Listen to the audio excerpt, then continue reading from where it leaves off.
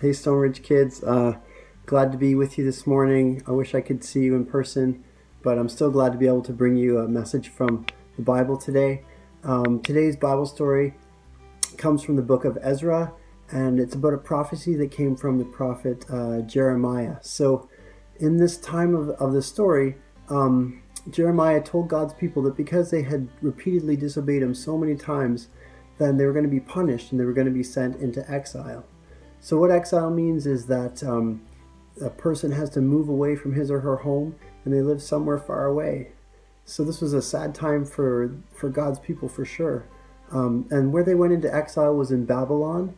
But there was still some good news with this bad news. Jeremiah promised that they wouldn't have to be in exile forever, and that after 70 years they could return to their homeland in Jerusalem. And that was a promise that God gave them before they went away. And it was through the same prophet Jeremiah who told them they're going to be gone for those 70 years and then come back. So that's where we pick up our story, is when they're returning back to their homeland. Let's watch the story and see what happens.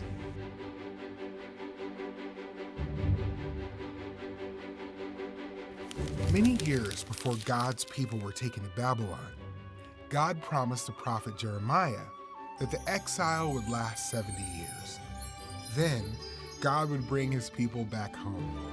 God always keeps his promises. Cyrus, king of Persia, had taken over Babylon. God gave Cyrus an idea. Cyrus said, "Let all of God's people go back to Jerusalem so they can rebuild the Lord's temple. Give them gold and silver and animals. Give them gifts for God's temple." The exile was over. God's people were free to go back to their homes. God's people got ready and their neighbors gave them gifts, silver, gold, and animals, and other expensive things.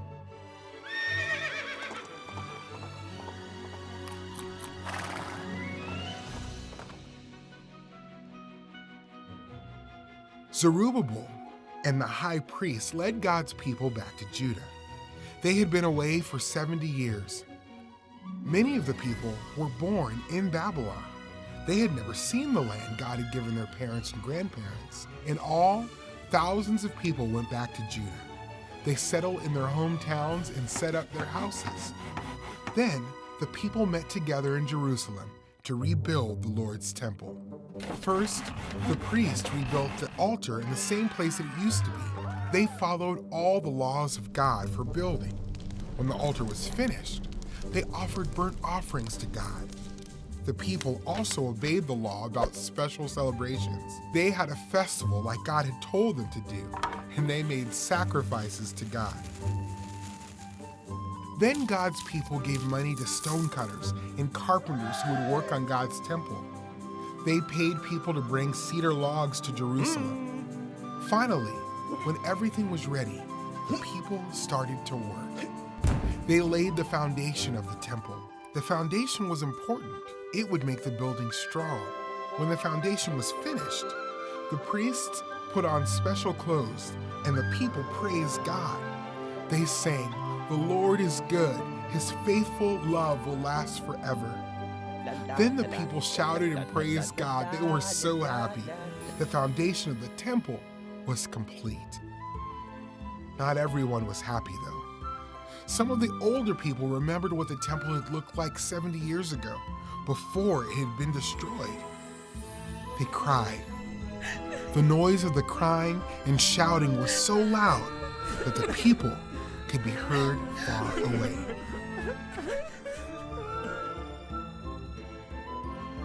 Zerubbabel led God's people back to the temple to rebuild it. The temple was the place where God met with his people on earth. Jesus came to earth to rescue God's people.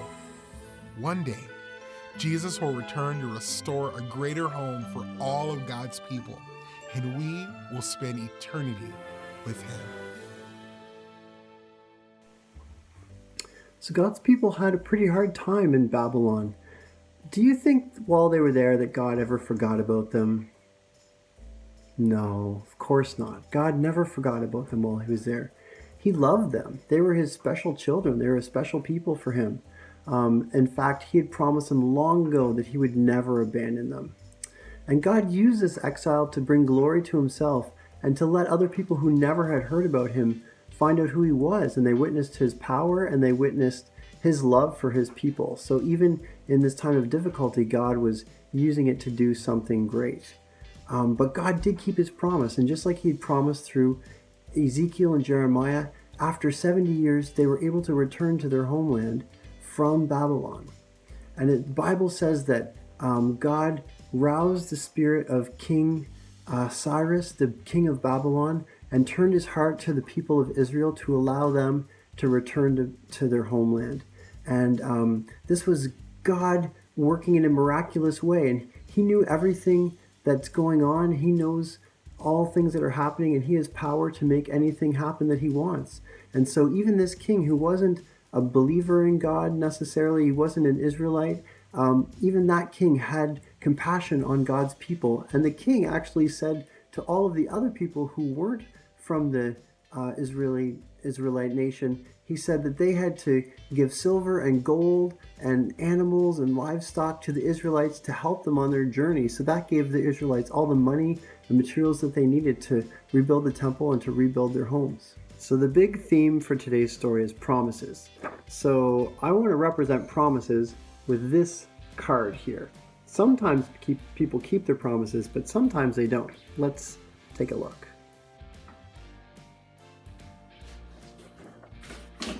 Hey buddy, I think you've had enough screen time for a while. Can you please have no more screen time until you clean your room? Okay, Dad, I promise. Cool. Josiah, I thought you said you weren't going to have any more screen time until you cleaned your room. Whoops. Hey, we haven't gone for a walk yet today. I know, we didn't get to go for one yesterday either. Think you could go for one today? Yeah, okay. We'll go for one today before the day's over, I promise. Sounds good. There goes Mom. Weren't you supposed to go with her?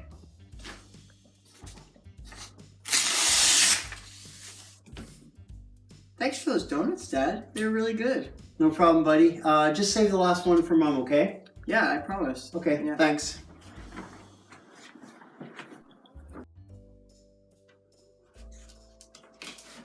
Sam! What are you doing?